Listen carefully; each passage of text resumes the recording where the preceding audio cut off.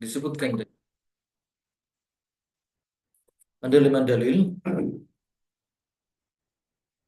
Qaulullah Ta'ala innallaha la yaghfiru an yushraka bihi. Ya. Dalil pertama menyebutkan bahwasanya Allah tidak akan mengampuni siapa saja yang berbuat syirik kepadanya. Artinya di sini dijelaskan ya oleh para ulama, maksudnya adalah mereka yang meninggal dalam kondisi berbuat syirik dan belum bertaubat dari kesyirikan tersebut. Karena siapa saja yang bertaubat dari kesyirikan, maka insya Allah dosa-dosanya akan diampuni. Apapun dosa-dosa seorang hamba, termasuk kesyirikan, apabila dia memang benar-benar bertaubat nasuha, ya, benar-benar dia membersihkan diri dari dosa-dosa itu, ya, maka insya Allah akan diampunkan. Dosa-dosanya akan diampunkan. Sebagaimana juga kita mengetahui bahwasanya banyak di antara para sahabat yang melakukan kesyirikan di kota Mekah. Banyak sekali para sahabat-sahabat yang dahulunya mereka juga mengikuti agama-agama nenek moyang mereka, menyembah kepada berhala, meminta kepada berhala dan lain sebagainya. Namun kemudian mereka masuk Islam, ya, bertaubat untuk meninggalkan hal-hal tersebut, maka Allah pun ampunkan dosa-dosa mereka. Kemudian Allah menjadikan mereka sebagai sebaik-baik manusia setelah para nabi dan rasul. Itu ya.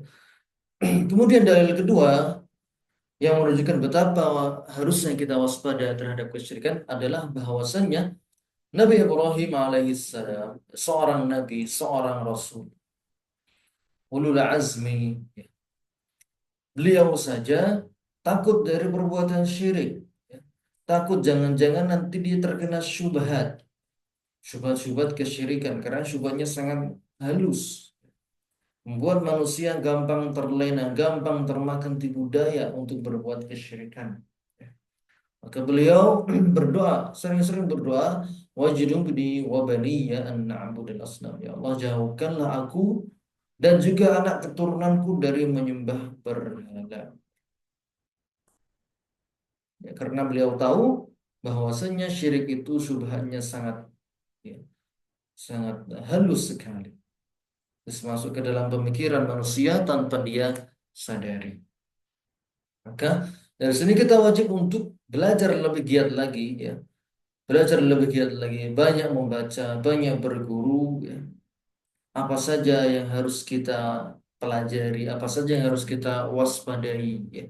Ayat-ayat apa yang harus kita baca, hadis-hadis apa yang harus kita baca, buku apa yang harus kita baca, ya, supaya dengan maklumat-maklumat tersebut, ya, mudah-mudahan, ya, Allah Azza wa Jalla membukakan hidayah kepada kita, memberikan kepada kita cahaya supaya bisa mengetahui mana tauhid dan mana syirik. Kemudian hadis yang ketiga tadi berbicara tentang akhwafu ma akhafu alaikum asyirkul asghar fasuila anhu faqul ar-riya. Sesuatu yang paling aku takutkan bagi kalian yaitu ya para sahabatku, ya, Muhajirin dan Ansar di kota Madinah adalah syirik asghar, yaitu riya. Perhatikan di sini, walaupun Nabi Shallallahu Alaihi Wasallam mengetahui keimanan para sahabat, ya, sebagaimana beliau mengatakan, la tasubbu ashabi, jangan kalian mencela sahabatku, seandainya mereka bersedekah dengan satu genggam emas itu lebih mulia daripada sedekahnya orang yang bukan sahabat bersedekah dengan satu gunung emas. Sedekah yang membuat mereka sangat bernilai itu karena imannya, karena tauhid yang mereka miliki. Jadi Nabi sendiri mengakui bahwasanya para sahabat imannya sangat kuat sekali. Walaupun demikian, Rasulullah tetap khawatir tentang riya ini. Karena riya ini menyerang semua manusia. Dia tidak pandang bulu, entah itu sahabat, entah itu ulama, entah itu orang biasa, entah itu orang jahil sekalipun, tidak lepas dari, ya, riya ini. Ya. Tidak lepas dari bahaya riya ini. Maka wajib bagi kita untuk senantiasa mengkoreksi niat kita. Benarkah selama ini yang kita lakukan ini ikhlas lillahi ta'ala? Ya. Salat kita benarkah selama ini ikhlas? Ataukah hanya supaya mendapatkan predikatnya seorang alim? Kemudian sedekah yang kita keluarkan? Apakah memang benar-benar ikhlas lillahi ta'ala ataukah hanya sebatas untuk mencari popularitas saja? Senantiasa kita koreksi. Setiap kita melakukan ibadah, senantiasa kita lihat, ya, ya Allah, saya benar-benar ingin untuk mencari ridho darimu ya Allah, bukan untuk mencari keuntungan duniawi.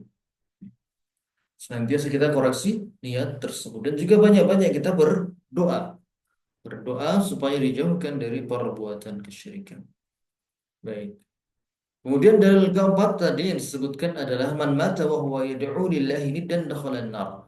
Siapa saja yang meninggal dan dia menyembah berdoa kepada selain Allah, maka dia akan masuk ke dalam neraka. Ya. Oke, ini sangat mengerikan sekali ancamannya. Ancaman dari Nabi Shallallahu Alaihi Wasallam. Orang yang meninggal dalam kondisi berdoa kepada selain Allah, dia tidak mau berdoa kepada Allah, walaupun dia mengetahui bahwasanya Allah adalah pencipta, maka dia akan masuk ke dalam neraka. Dia tidak bisa masuk ke dalam surga karena sebab kesyirikan yang dia lakukan tersebut.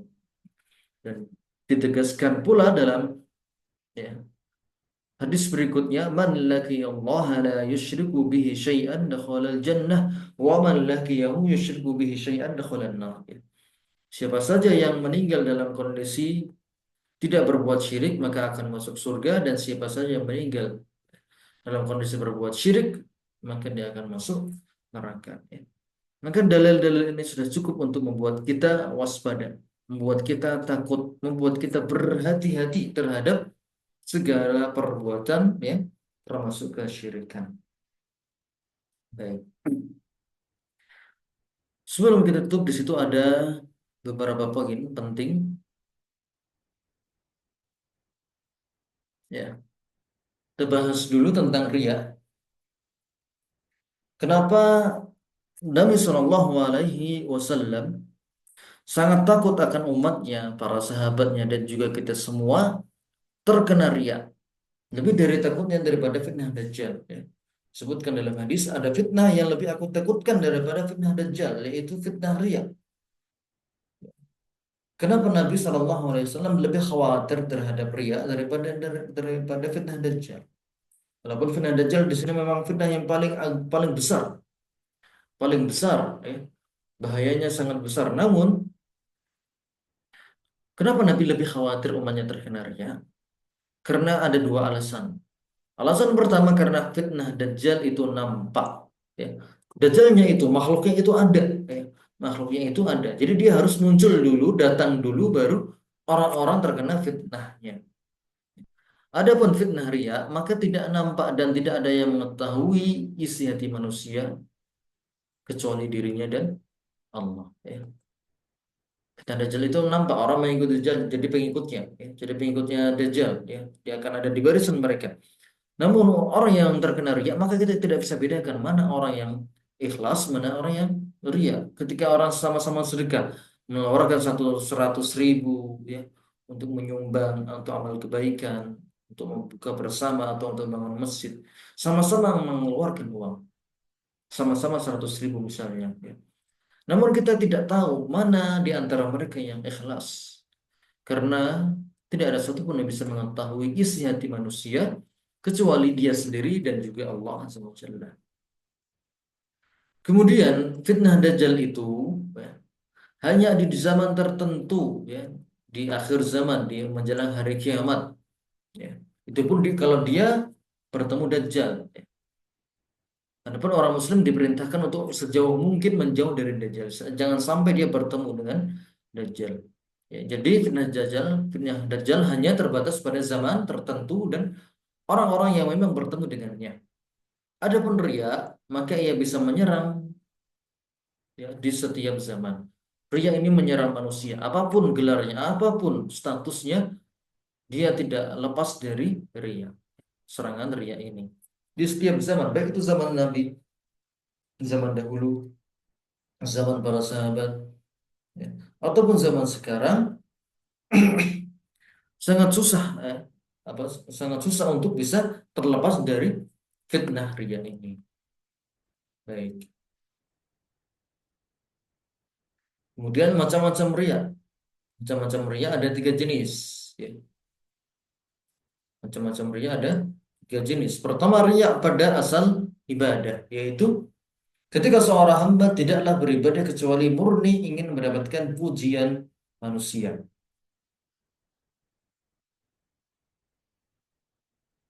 Benar-benar dia motif dalam beramal memang hanya untuk mencari keridhaan manusia. Dia tidak peduli dengan pahala dari Allah, tidak peduli dengan surga. Yang penting dunia, yang penting dunia, yang penting dunia. Ya. Maka orang tersebut ya ibadahnya batal, tidak sah. Allah tidak butuh terhadap ibadah yang dilakukan oleh orang itu. Ya. Allah tidak peduli, Allah tidak butuh terhadap ibadah orang yang ibadahnya murni untuk mencari dunia. Kemudian riya yang jenis kedua adalah riya di tengah ibadah. Yaitu pada asalnya dia ikhlas. Lillahi ta'ala. Sedekahnya dia ikhlas. Namun di tengah jalan dia terserang riya ketika dia mendengar ada pujian manusia. Dia merasa "Oh, enak juga ternyata ya untuk disanjung-sanjung." Ya, ya. Di tengah proses ibadahnya. Maka dari sini ada dua keadaan. Yang pertama dia berusaha untuk melawannya. Dan dia wajib untuk melawan ya, riya tersebut. Dia tetap wajib untuk introspeksi diri, wajib untuk mengikhlaskan ya ibadah-ibadahnya. Maka ibadahnya sah dan tidak rusak. Ya. Walaupun tadi terbesit sedikit hasrat untuk mendapatkan pujian, namun dia segera koreksi niatnya. Segera dia lawan riya tersebut, maka insya Allah ibadahnya sah dan tidak rusak. Kemudian kondisi kedua, jika dia terkalahkan oleh riya, ya, dia merasa oh enak mendapatkan pujian, akhirnya dia beramal fokus untuk mendapatkan pujian manusia. Maka ini juga ada dua kondisi.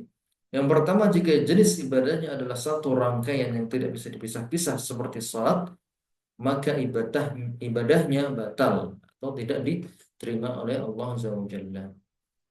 Yang jenis yang kedua, ya, jika ibadahnya bisa terbagi-bagi seperti sedekah, ya, sedekah dibagi dalam beberapa hari, hari pertama, hari kedua, hari ketiga, zakat, zakat ini, zakat itu, zakat beras atau zakat mal, wakaf, wakaf ini, wakaf itu, maka hanya batal pada bagian yang terkena riyaknya saja. Ya.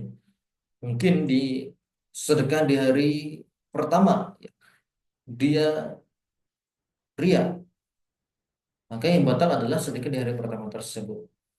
Dan jika di hari kedua ternyata dia berusaha untuk ikhlas, maka insya Allah sedekahnya di hari kedua tadi tidak akan ya, tidak akan batal. Ya. Insya Allah tetap diterima di sisi Allah Subhanahu wa Taala. Kemudian jenis yang ketiga, riya setelah rangkaian ibadah selesai, maka riyanya tidak berpengaruh. Ya. Ketika sudah selesai sedekah, ya, kemudian dia pengen nih dapat pujian manusia gitu, padahal sudah lewat proses ibadahnya. Maka riya tadi tidak berpengaruh. Insya Allah tidak akan mengurangi pahalanya. Ya. Kecuali jika ada keterlibatan permusuhan antara dia dengan orang lain. Ya. Seperti mengungkit-ungkit sedekah yang telah diberikan, maka batal sedekahnya. Ya. Menyakiti manusia. Oh, dulu saya pernah berbuat ini loh sama kamu. Saya pernah bantu kamu loh. Kamu nggak baik-baik sama aku lagi sekarang. Ya. Dia mengungkit-ungkit pemberian. Awalnya dia ikhlas, ya. Namun di akhirnya di beberapa waktu dia merasa butuh pengakuan, ya. Butuh untuk disebut sebagai orang dermawan. Ya. Maka hati-hati, jangan sampai ibadah yang awalnya kita bangun dengan keikhlasan, namun karena mengungkit-ungkit pemberian, akhirnya ibadahnya tadi menjadi hangus, pahalanya menjadi hangus dan berkurang. Baik. Kemudian hal terakhir yang ingin kita sampaikan di sini adalah perbedaan antara syirik akbar dan syirik asghar. Poin terakhir yang ingin kita sampaikan di sini adalah tentang perbedaan antara syirik akbar dan juga syirik asghar. Ingat ya, tingkatan syirik untuk bisa disebut dia syirik akbar atau syirik asghar itu harus berdasarkan dalil ya. Untuk mengetahui suatu perbuatan itu apakah dia syirik akbar atau syirik asghar, Lihat dalil, lihat ayat-ayat, lihat sabda Nabi, lihat keterangan para ulama tentang perbuatan tersebut. Ya. Baik, di sini perbedaan antara syirik akbar dan syirik asghar. Perbedaan pertama,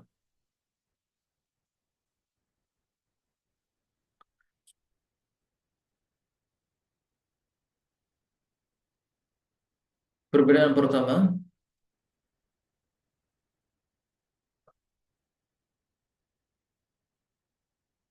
bahwasanya syirik akbar mengeluarkan pelakunya dari Islam. Sementara syirik asghar tidak mengeluarkan pelakunya dari Islam. Ya. Jadi contohnya tadi riya, orang yang beramal karena riya dia masih tergolong sebagai orang Muslim. Namun kalau orang melakukan syirik akbar, contohnya ya, menyembelih untuk selain Allah, ya, mengagungkan selain Allah, bersujud kepada selain Allah, maka dia keluar dari Islam. Kemudian syirik akbar menghapus semua amal baik. Kebaikan-kebaikan yang pernah dia lakukan di dunia semuanya terhapuskan. Ya. Namun syirik asghar hanya menghanguskan amal yang bersangkutan. Kalau yang ria hanya pada sedekahnya, maka hanya sedekahnya yang hangus. Sholatnya insya Allah masih tetap ya tetap sah dan tetap berpahala. Baik. Kemudian perbedaan ketiga syirik akbar sebab pelakunya boleh diperangi. Ya. Orang yang melakukan syirik akbar dia mendapatkan apa namanya gugur padanya ismah perlindungan darah. Artinya apabila dia diperangi sebagaimana yang dilakukan oleh Nabi Shallallahu Alaihi Wasallam maka itu dibolehkan. Namun tentu saja tetap dengan syarat-syarat tertentu. Ya. Adapun syirik asghar pelakunya tidak diperangi, hartanya tidak boleh diambil, darahnya tidak boleh ditumpahkan. Ya. Orang yang berbuat riya tidak boleh hartanya diambil karena dia masih muslim. Tidak boleh diperangi, dibunuh, ya semacamnya. Kemudian yang berikutnya yang keempat, syirik akbar menyebabkan pelakunya kekal di neraka selama-lamanya apabila dia meninggal dalam kondisi tidak bertaubat. Ya. Tidak bertaubat, tetap berpegang teguh dengan kesyirikan, maka dia terancam dengan kekal di neraka. Adapun syirik asghar maka tidak menyebabkan pelakunya kekal di neraka. Walaupun ada di sana beberapa pendapat orang yang suka ria dalam ibadah, dia akan dibersihkan dulu ya di neraka dari dosa-dosa itu tadi. Dosa-dosa riaknya dia hanguskan dulu di neraka untuk kemudian setelah hangus dosanya baru kemudian dia bisa untuk naik ke surga. Wallahu taala a'lam bissawab. Baik dari sini kita cukupkan. Sebelumnya ada yang ingin ditanyakan mengenai bab ini sebelum kita akhiri.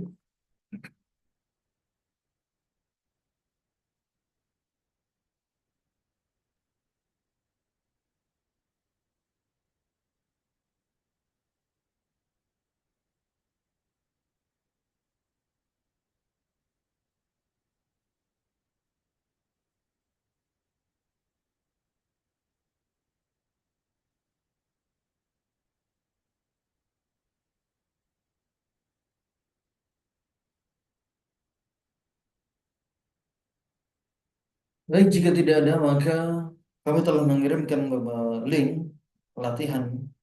Silakan nanti para peserta untuk ya mengerjakan ya di situ. Silakan nanti dikerjakan. Insya Allah nanti nilainya akan kita kumpulkan sebagai ya bahan untuk nilai ujian. Salah satu dari nilai ujian nanti akan kita kumpulkan dari nilai-nilai tersebut. Barakallahu fikum jami'an. Kita tutup dengan doa kafaratul